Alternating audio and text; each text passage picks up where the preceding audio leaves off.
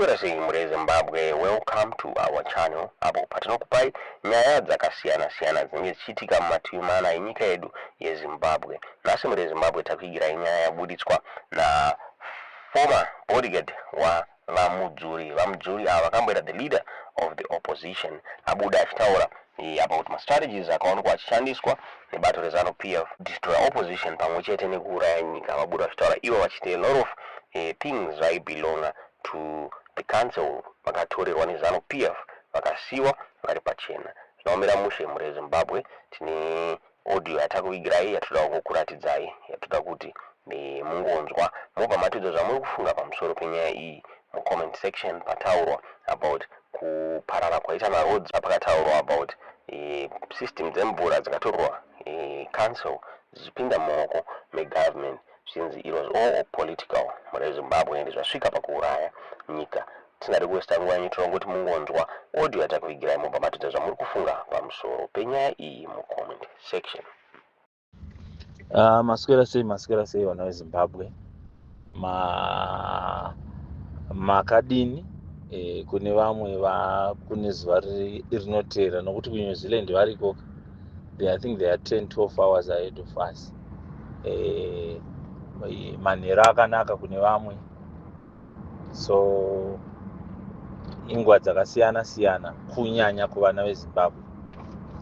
Nokuti kuenda kwatiri kuita kune nyika dzekunze, it's not by design. Kazhinji kacho hakusi kuda, asi kushayika kwemikana yeupfumi kuvazhinji nepolitical persecution. Nhasi toda kuti timbotaura pamusoro pehurumende nemacity councils, nekuti migwagwa mizhinji mukati memaguta eHarare yaparara. Kanzuru dzacho hadzisi kuratidza kuve nehanya, ende dzisiri kuratidza kuve nehanya. Vamwe vacho vangomirira kuita basa rekuba mukushaya hanya imomo, kureva kuti chava nehanya nyacho chizhinji kuba.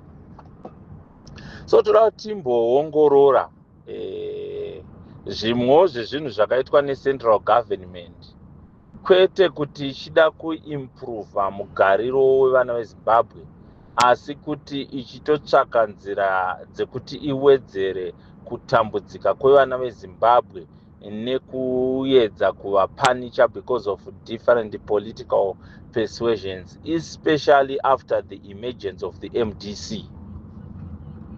Right. Prior to the rise of MDC, ma-urban councils ese aikontrolwa neZANU-PF. Achikontrolwa neZANU-PF, ma-councils vaive nebasa rekutora mitero yemotikari. Munhu waiti ukatenga motikari, kwawairejistira adresi yawaisa, kana waakubhadhara mutero wemotikari wepagore kana kuti patemo, waienda kukanzuru ine adresi yemota yako. Zvoreva kuti ma-councils ese aipedzisira achiwana mari dzavaizoita channel kuroad maintenance dzichibva kumitero yemotikari. So when MDC came to power, ma-urban councils especially kunyanya Harare, zvakavhiringa ZANU-PF ndokubva vaita abolish executive mayor, nokuti previously mameya aitoita zvekuvhoterwa neguta rega rega, paitenge paine maballot papers aine macontestants emameya emaguta ari maexecutive mayor. So maguta paakatanga kukontrolwa neMDC, mikana yekuwana mari kubva kumakanzuru, because makanzuru anga akapfuma, anga aine mari kudarika even central government. Masalaries ema-employees ecouncil were even above a central government. I remember inini ndabva kupolice, pandakamboita bodyguard raVamudzuri tichisenza kumunicipal police yeHarare, mari yandaitambira was far much better yandaitambira ndiri kupolice. So izvozvo zvakaita kuti mikana yekuwana mari kubva kumacancelors kuZANU-PF yakachivharwa, because for example Elias Mudzuri was now in charge yeHarare City Council.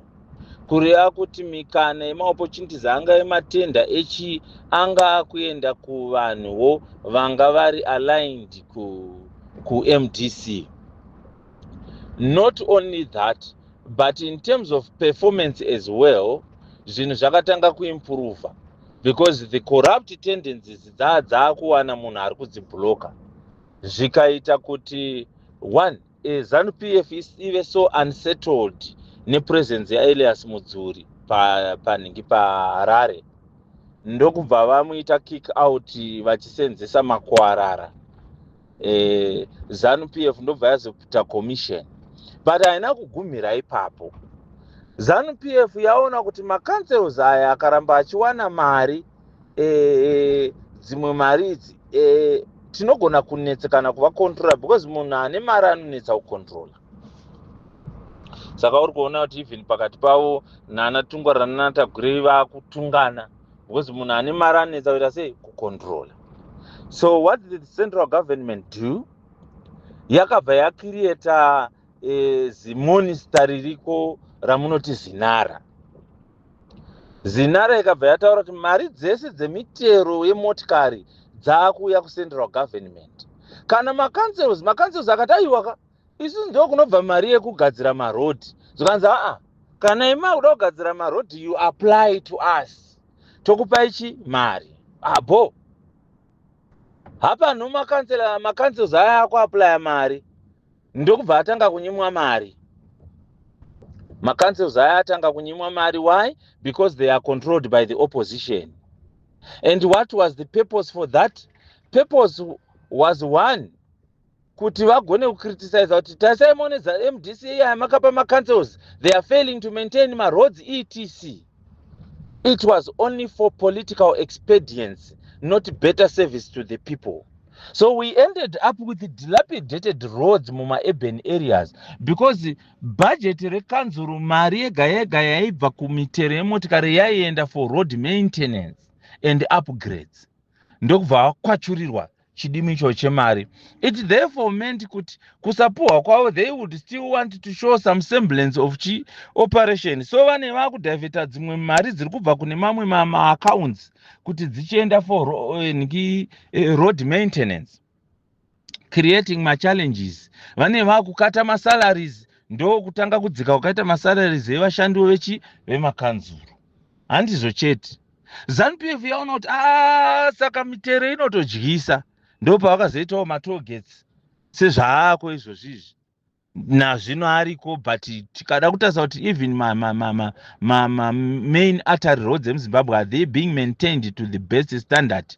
No, they are not. Mari iri kungoenda kwairi kuenda, kwakaenda imbwa ndo kwakaenda tsuku.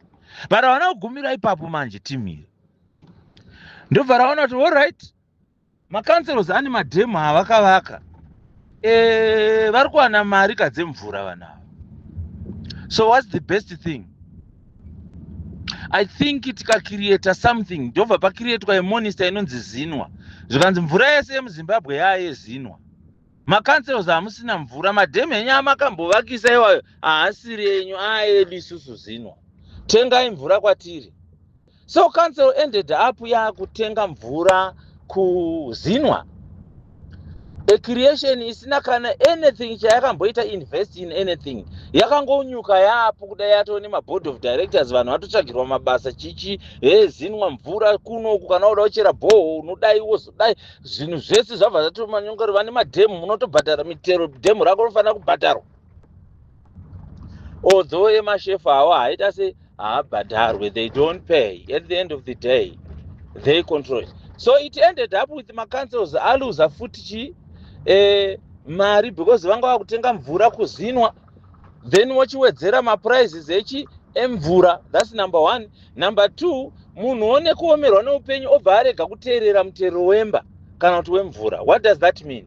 It means kuti Zinwa inongoramba ichida mari kubva kucancel. Hazvinei kuti hauna kuteerera kana kuti state institutions haana kubhadhara mvura kukanzuru, so they ended up vasisabhadhare mvura kukanzuru.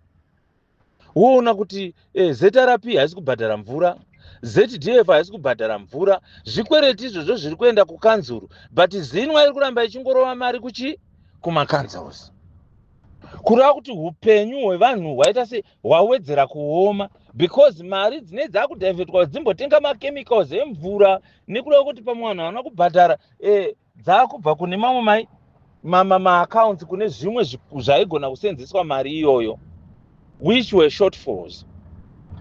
So we have got a central government yakaspreada matentacles ekutsvaga mari nawo kuti ingokwanisa kuramba ichidya appetite yayo haita se haigute. Saka muchiona kuti right now pakabva panzi mutero weredhiyo munhu wese akunzi, because vakaona kuti okay vanhu havasi kubhadhara mutero yeZBC, hapana anhu ari interested nekuona ZBC, but kana kuteerera ZBC, what do we do? Let's enforce the people. How? Hapana munhu achatora mutero wemotikari kana asina kutanga abhadhara ZBC license. People have been forced, whether you like it, whether hausi kuda, unofanira kubhadhara mutero. But this is not done kurerutsa mararamiro evanhu, zviri kuitwa kuwedzera kuomesa mararamiro evanhu. This is the type of government that we have. A government ine appetite yekuti totsvaga mari papi, but isingazoimprove mararamiro evanhu, including zvese zvokunzi license akuexpire, alright pakuitwa renewal after every 5 years, defensive license. Zvese izvozvo inzira dzekutsvaga chete kuti vanhu tovarova mari sei. So tine hurumende isiri kuita zvinhu nechinangwa chekuti upenyu hwevanhu huve nani, asi iri kuita zvinhu nechinangwa chekuti upenyu hwevanhu huita se huome, kwete mbijana. So pakadai so vanhu tinofanira kuti tirwadziwe nezvinhu izvozvo, nokuti hurumende kana ichienda kuti inobata basa rayapuhwa mandate, whether vaba mandate yacho sezvinoita vemuno, purpose yavo ndeyekuti vasevhe vanhu, vaitire vanhu zvakanaka, upenyu hwevanhu huite zviri nani. But handizvo zviri kuitika muZimbabwe. Muri kuitwa kutoti upenyu hwevanhu hurambe huchioma. Iye zvino vanhu vari kugara kumanjonjonjo kwekuti dzimwe road dziri muma-urban towns kana kuti mamwe ma-new residential places unoshaya kuti alright kunoku kanzuru yacho iri kumboti chii kana kuti chii, because motikari kombi inonyura mugomba zvokuti haioneke, but gomba racho harina kumboreba kana 10 meters. Igomba diki diki but rakadzika, rakachereka, rekuti kombi inonyura yozoita zvekunyuka kunge iri kubva murwizi. Ari makomba, hakuna ari kumbogadzira. Vanhu kana vakada kubatana without involvement yepolitics, vamwe vari kutomiswa kurambidzwa kunzi kana zvisina isu mukati hazviitwe. Maakuda kutanga ukambena, but vanhu vari kutsvaga kungoimprovewo mararamiro avo munharaunda yavo. It would be nice kuti ma-new residential areas, ma-communities, they are empowered, vachiita ma-programs avo ekuimprove mararamiro avo, sezvo central government yacho is failing. But they still don't want that. They don't want that to happen to people. They don't want any improvement in people's lives. It's a pity kuti nhoroondo yedu isusu as a nation tisu vanhu vaifanira kukoshesa upenyu hwevanhu kudarika vamwe vese. Nyika dzese dzimwe dzakatikomberedza dzinoedza kutochengetedza upenyu hwevanhu vadzo kudarika isusu Zimbabwe. Yeti kana tiri kutarisa nyika yakafirwa kudarika dzimwe dzese muSouthern Africa iZimbabwe. Zimbabwe yaifanira kukoshesa upenyu hwevana vayo nevanhu vayo kudarika dzimwe nyika dzese. And it's unfortunate kuti we thought kuti we had a new start muna 2017. But unfortunately, no. It was the continuation of the old. Having realized that my elections do not work in Zimbabwe, and my elections have failed Zimbabwe, the biggest opportunity atakawana was the 2017 coup yekubvisa wa Mugabe mu office. vaMnangagwa vakapuwa mukana wakakurisisa kudarika anybody else to unite the people of Zimbabwe, because at the stage yavakatora presidency, Zimbabwe was coming from a period of violence and looting. Kutanga kuma 1987 pakabuda Willowgate scandal. We were coming from Gukura Hundi. We were coming from the 2008 violent elections where more than 300 people lost their lives. Anyway, in any election cycle in Zimbabwe, we have lost lives. But 2008 was one of the bloodiest, because the people had shown ZANU-PF the exit door, which is what ZANU-PF does not want. So, looking at all this, 2017 was the biggest opportunity to start all over again. It was the biggest opportunity to unite the people, to find closure on some of the issues. Up to today, hapana any murder case yaka involve muna 2008 yaka investigatwa. Up to today, vanhu vakatongofirwa nehama dzavo, ana baba, varume, madzimai, they all perished, and that was that. Like Zimbabwean's life is equivalent kuhuku inongonzi ayachekwa apo, ayatodyiwa zvapera, totoikanganwa nezvayotoenda kutoilet zvatopera, hatikusina acharangarira nezvehuku iyoyo. We have reduced our own human lives to that level. So, given the scenario yakadaroka, it is imperative on every Zimbabwean to unite, because politicians have taken us for granted. Believe you me, I'm not only talking about ruling party politicians, all politicians. We have had a lot of issues unanswered, even to opposition, even to ruling party.